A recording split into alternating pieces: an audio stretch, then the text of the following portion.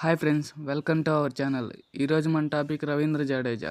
6 December 1988 నవగం గఢ్లో జన్మించారు జడేజా. జడేజా గొప్ప ఆల్రౌండర్లో ఒకరు.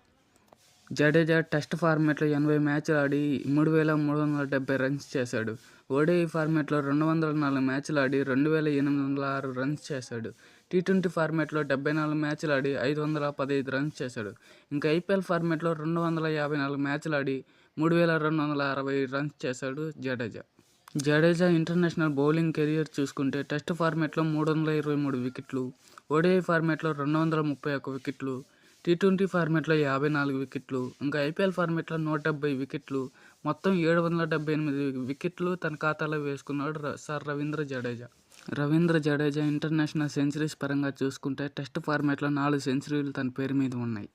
తన ఇంటర్నేషనల్ హైయెస్ట్ స్కోర్స్ టెస్ట్ ఫార్మాట్లో 175 నాట్అవుట్, ఓడిఐ ఫార్మాట్లో 87, టీ20 ఫార్మాట్లో 46 కొట్టాడు సర్ రవీంద్ర జడేజా.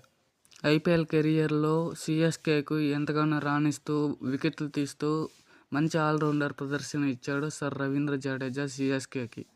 ఎంఎస్ ధోని తర్వాత సిఎస్కేకి ఆ రేంజ్ పర్ఫార్మెన్స్ ఇచ్చిన ప్లేయర్లో జడేజా కూడా ఒకరు.